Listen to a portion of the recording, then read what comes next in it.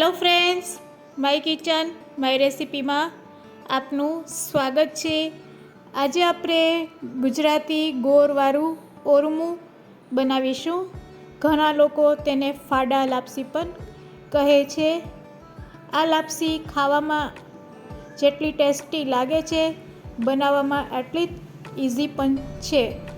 Recipe સારી લાગે તો લાઈક અને શેર જરૂરથી કરજો। અને જો તમે મારી ચેનલ ઉપર નવા હોય અને મારી ચેનલને હજુ સબસ્ક્રાઈબ ન કરેલ હોય તો સબસ્ક્રાઈબ કરી બાજુનું બેલ બટન દબાવવાનું ભૂલશો નહીં, જેથી કરીને તમને મારા નવા વિડીયોનું નોટિફિકેશન મળતું રહે।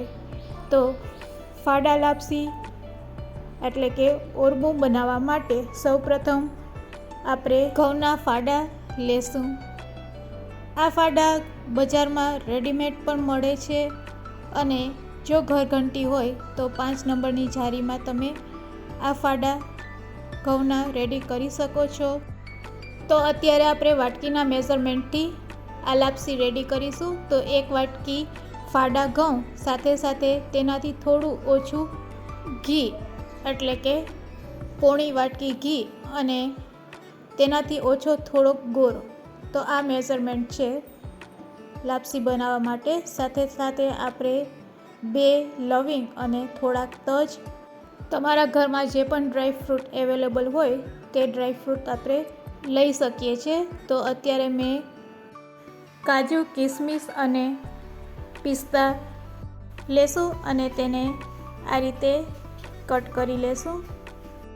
ઓરમું બનાવવા માટે હવે આપણે એક તપેલીમાં ગરમ પાણી લેશું। અહીંયા આપણે ગરમ પાણીનો જ ઉપયોગ કરવો।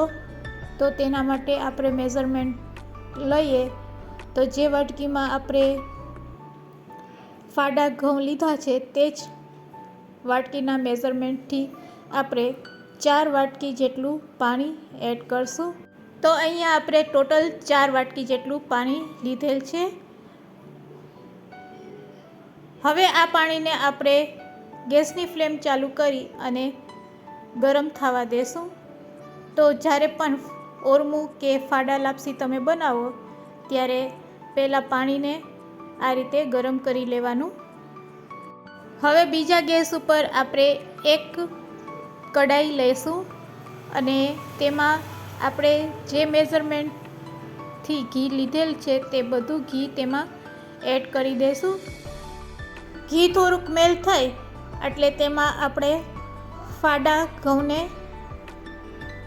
ઘીમાં આ રીતે મિક્સ કરી અને તાવેથાથી આ રીતે સતત હલાવશું। આ રીતે ફક્ત 5 મિનિટમાં આપણા ફાડા છે એ સરસ તેલમાં શેકાઈ જશે। આ રીતે ગેસની ફ્લેમને લો રાખીને જ આપણે ફાડાને 5 મિનિટ માટે શેકીશું। જો હાઈ ફ્લેમ ઉપર ફાડાને શેકવા જશો તો ફાડા છે એ ઝડપથી શેકાઈ તો જશે પણ તેનો સ્વાદ સારો નહીં આવશે। તો અહીંયા 5 મિનિટ થઈ ગઈ છે અને તમે જોઈ શકો છો ફાડામાં રંગ પણ થોડોક ચેન્જ થઈ ગયો છે। તો હવે આ સ્ટેજ ઉપર આપણે તજ અને 2 લવિંગ એડ કરશું અને સાથે સાથે ડ્રાયફ્રૂટ, તો કાજુ, કિસમિસ અને પિસ્તા બધી વસ્તુ છે તે તેમાં એડ કરી દઈશું અને આ રીતે ડ્રાયફ્રૂટને પણ તેમાં શેકી લેશું।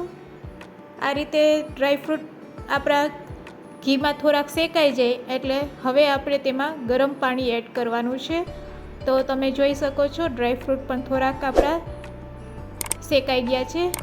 હવે પાણી નાખતી વખતે પહેલી વખત નાખો ત્યારે ખૂબ જ ધ્યાન રાખવાનું।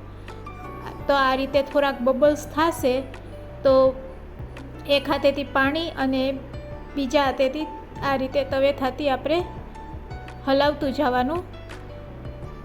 તો આ રીતે પાણી થોડું થોડું કરીને આપણે તેમાં એડ કરતા જઈશું અને ગેસની ફ્લેમને આપણે મીડિયમ જ રાખીશું। તો અહીંયા 3 વખત આ રીતે થોડું થોડું પાણી કરીને મેં બધું પાણી એડ કરી દીધું છે। હવે એને આપણે તાવેથાથી એકાદ વાર આ રીતે હલાવી લેશું અને આ રીતે એકવાર હલાવ્યા પછી હવે તેને છીબાથી તેને ઢાંકી અને એકદમ લો ફ્લેમ ઉપર તેને ચડવા દેશું. આ રીતે છીબાથી ઢાંક્યા પછી એકાદ વાર વચ્ચે તમારે ચેક કરી લેવાનું અને ફરીથી એકવાર તેને આ રીતે હલાવીને ફરીથી છીબું ઢાંકી દેવાનું. 10 થી 15 મિનિટ પછી તમે આ રીતે ફાડાને ચેક કરશો તો ફાડા છે એ સરસ પાકી જશે. તો આ રીતે આપણે પાણીમાં જ તેને ફાડાને પહેલાં બાફી લેશું અને આ ફાડાને બાફવા માટે ગરમ પાણીનો જ ઉપયોગ કરવાનો. આ રીતે પાણી બધું બળી જાય લાપસીમાંથી પછી જ આપણે તેમાં ગોળ એડ કરશું. તો અહીંયા બધું પાણી બળી ગયું છે. હવે તેમાં આપણે ગોળ એડ કર. ગોળ તમારા સ્વાદ અનુસાર વધારે કે ઓછો એડ કરી શકો છો. તો અહીંયા મેં 1 ચમચી જેટલો ગોળને રાખી દીધેલ છે. જો તમારે મીઠાશ વધારે જોતી હોય તો બધો ગોળ એડ કરી શકો છો. હવે ગોળ એડ કર્યા પછી ગોળનું પાણી ઓગળે નહીં ત્યાં સુધી આપણે તેને આ રીતે હલાવતા પકાવીશું.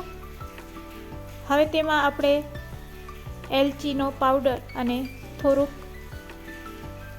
જાયફળ એડ કરશું અને ગોળનું પાણી બધું મેલ્ટ થઈ જાય ત્યાં સુધી આપણે તેને આ રીતે લો ફ્લેમ ઉપર તવેથાથી હલાવતા જઈશું અને લાપસીને સારી રીતે થવા દેશું. તો અહીંયા આપણી લાપસી બનીને રેડી છે. ગેસની ફ્લેમને બંધ કરી દેશું અને થોડાક પિસ્તા તેના ઉપર સ્પ્રેડ કરશું. તો રેડી છે ગરમા ગરમ ઓરમું સર્વ કરવા માટે. આ રીતે તેને સર્વિંગ પ્લેટમાં લઈ આપણે પિસ્તાથી તેને ગાર્નિશ કરીશું. આ ડીશને તમે કયા નામથી બોલો છો તે મને કમેન્ટ્સમાં જરૂરથી કહેજો. તમે આ સ્વીટ ડીશને ઓરમું કહો છો કે ફાડા લાપસી તે મને જરૂરથી જણાવજો.